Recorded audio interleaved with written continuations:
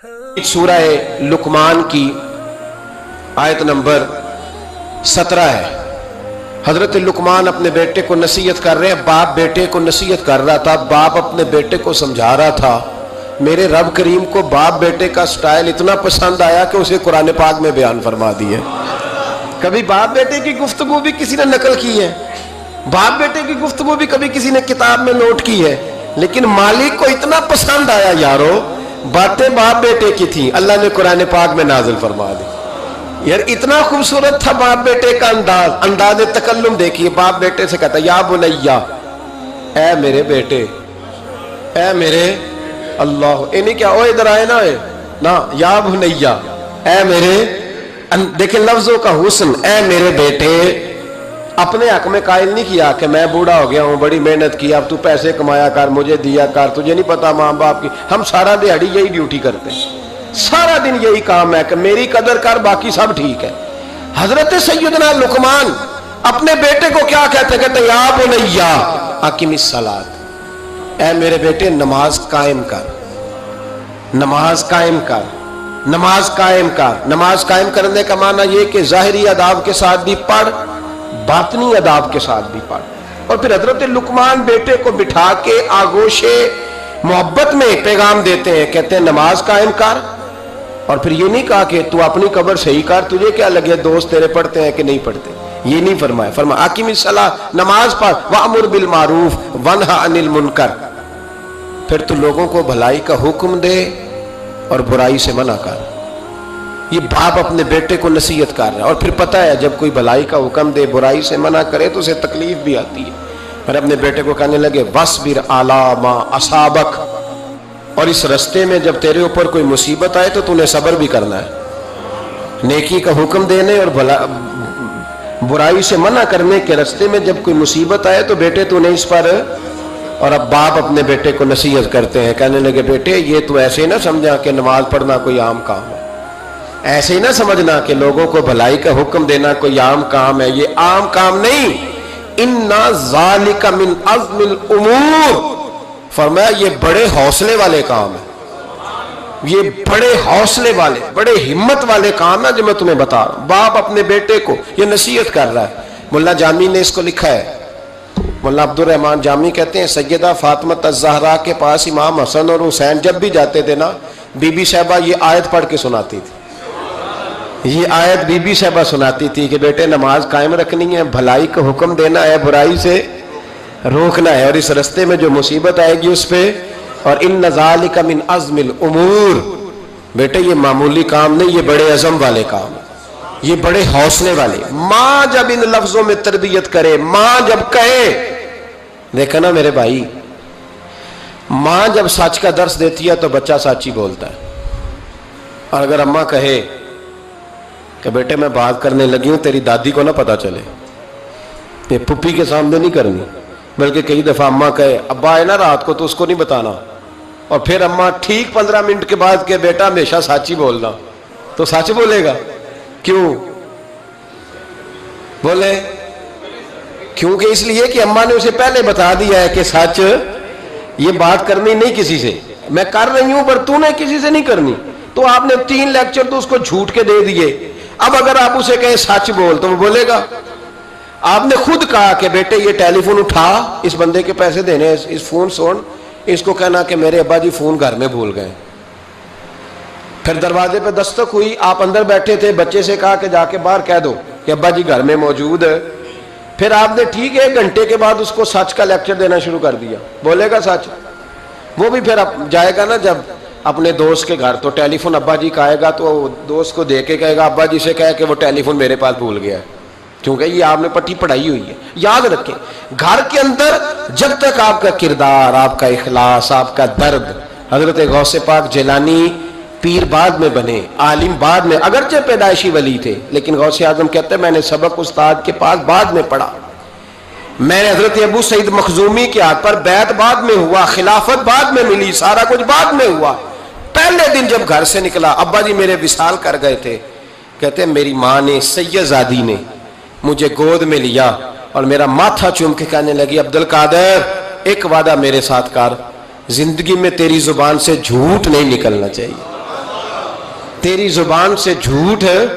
और गौसे पाक फरमाते हैं जब मेरी माँ मेरे साथ ये बात कर रही थी तो मेरी माँ रो रही थी, रो रही थी।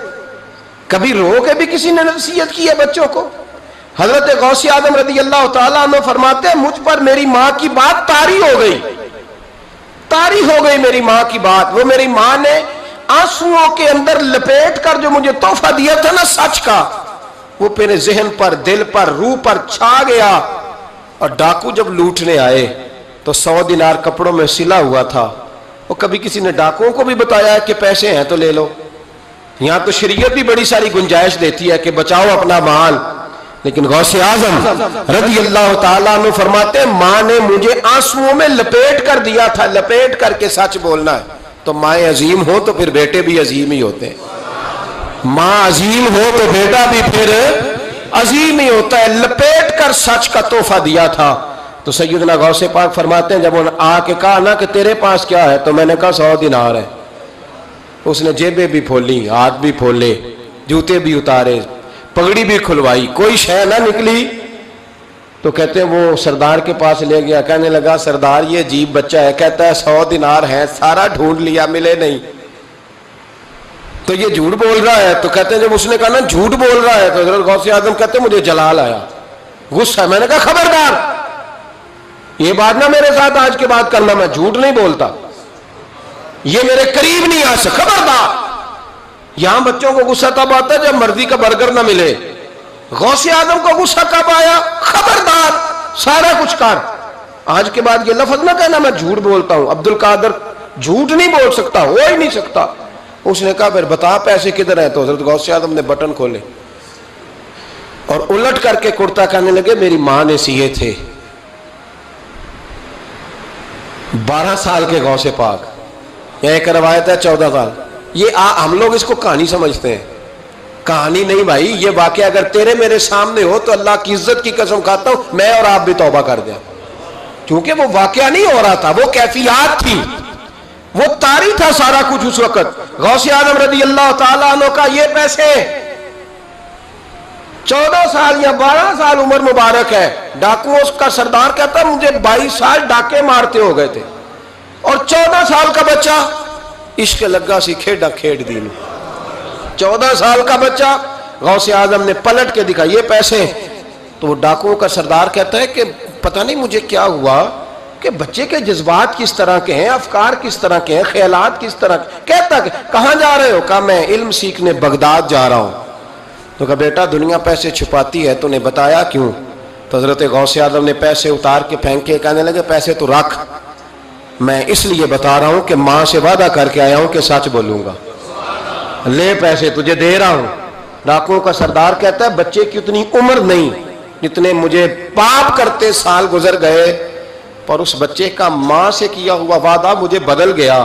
मैं दौड़ के पीछे गया, मैंने कहा अब्दुल कादर मुझे भी यार बगदाद ही ले चल। कहा वहां क्या करना है? कहा जिस उस्ताद के पास तू आगे बैठ के पढ़ेगा मैं उसके पीछे बैठ जाया करूंगा, चलो बुढ़ापे में मैं भी को रट्टा लगा के कुरान और सुन्नत सीख जाऊंगा। तो कहते हैं तुझे क्या हुआ? कहने लगे अब्दुल कादर तू मां से किया हुआ वादा नहीं तोड़ता, मैं रब से किए हुए वादे तोड़ रहा हूं, तौबा मेरी। डाकुओं से कहने लगे जाओ कोई सरदार और बना लो, मुझे तो मां बेटे का रिश्ता जीत गया है, ये मां बेटे का रिश्ता मुझे जीत के ले गया, मैं जीत गया मां बेटे के रिश्ते में, ये मुझे फतह कर गए, तुम कोई और सरदार बना लो। तो 22-23 डाकू थे, पीछे आके बैठ कहने लगे सरदार अगर गुनाह इकट्ठे किए हैं तो नेकियों में अकेला तो ना छोड़। ओ भाई मां बेटे का रिश्ता और मां बेटे की तरबियत, तो 14 साल का बच्चा तौबा करा जाता है। पर मुसीबत यह है कि हम वो माएँ तैयार करने में कामयाब नहीं हो सके, लेकिन हमने सदा नाकाम नहीं रहना, माएँ तैयार करनी है।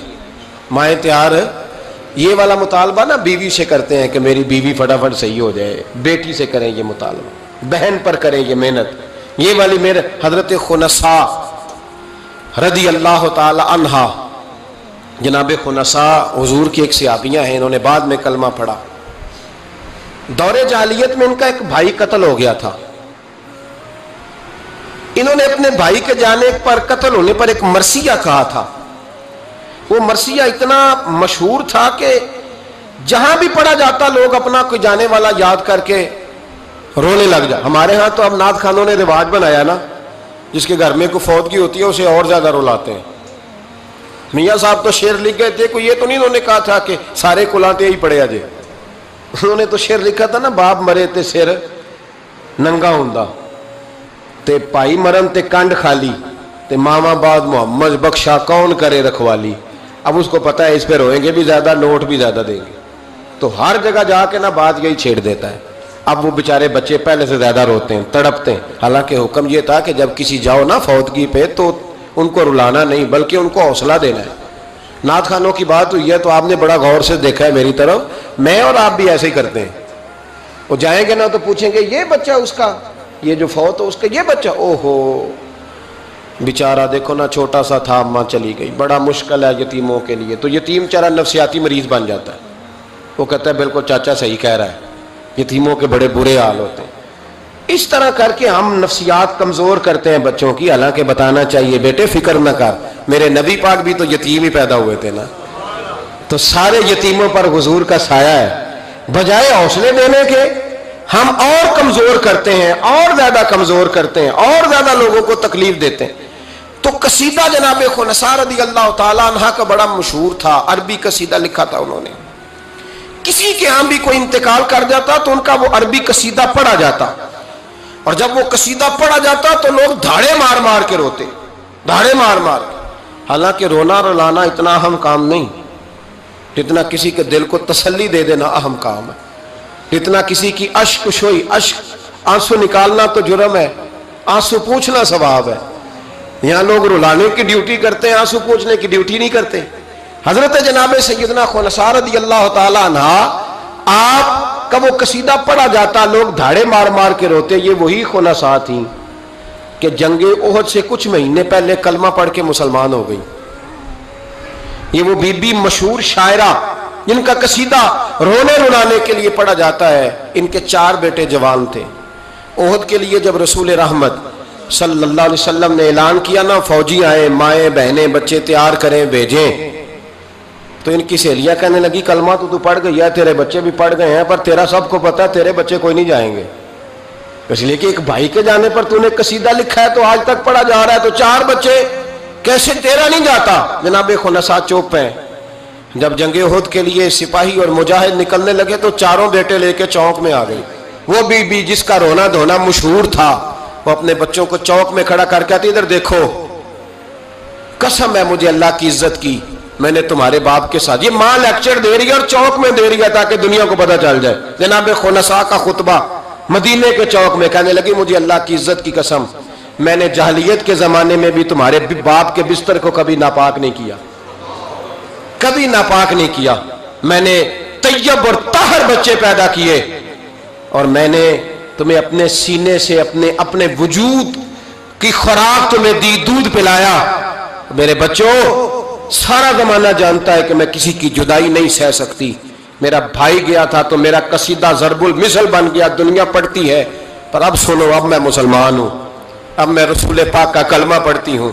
یاد رکھنا, جب میدان میں تیر چلے نا اور تلواریں چمکے اور نیزے برسے تو سب سے پہلے زخم میرے بچوں کو آنے چاہیے. بچوں کی تربیت ماں کر رہی ہے, پہلا زخم تمہیں لگے. اور پھر کہنے لگی اگر میرا دودھ پیا نا تو پھر یاد رکھنا کوئی ایک تیر بھی تمہاری پشت پہ نہیں ہونا چاہیے. جتنے بھی کھانا سینے پہ کھا کے آنا. کوئی مجھے یہ نہ کہے تیرے بچے بھاگ گئے تھے اور پشت پہ انہوں نے تلواریں کھائی اور زخم کھائے, اور لوگ خبردار سینے پہ تیر کھانا, خبردار جرأت کا مظاہرہ کرنا. یہ خطبہ دے کے جناب خنساء اندر چلی گئیں. لوگ کہتے ہیں حیران رہ گئے. مزے کی بات یہ تھی, پھر بھی بیویاں کہنے لگی خطبہ تو دے دیا ہے, دعا کرو اس کا کوئی بچہ شہید نہ ہو جائے. بڑے سخت قصیدے لکھتی ہے, شہید نہ ہو جائے, دعا کرو. لیکن اللہ بڑا ہی بے نیاز ہے, ان کے 4 بچے شہید ہو گئے. 4 18 زخم تھے بچوں کے پر, تھے سارے سینے پہ. 18 گھاؤ تھے تلواروں کے پر, سارے سینے پہ. میرے محبوب بہت سے واپس آئے. او بھائی, 4 بیٹے جس ماں کے چلے جائیں, اس ماں کو تسلی کون دے. جناب خنساء آ کے کھڑی ہوئی تو صحابہ کہتے ہیں ہمارا خیال تھا کوئی درد والا شعر پڑے گی, رلا دے گی دنیا کو. لیکن میرے حبیب پاک نظر اٹھائی، کہا خنسا تجھے پتا ہوگا تیرے چاروں بیٹے شہید ہو گئے؟ کہنے لگی حضور یہی تو دکھ ہے۔ جب کہا نا یہی دکھ ہے تو کان کھڑے ہو گئے لوگوں، حضور یہی تو دکھ ہے، یہی تو پریشانی ہے۔ محبوب نے فرمایا کیا پریشانی ہے؟ کہنے لگی حضور یہی تو پریشانی ہے، میرے 4 تھے، دل کرتا ہے میرے 14 ہوتے۔ حضور یہی تو دکھ ہے، 4 تھے، دل کرتا ہے 400 ہوتا۔ 4 کروں تیرے نام پہ جان فدا، نام بس ایک جان 2 جہاں فدا۔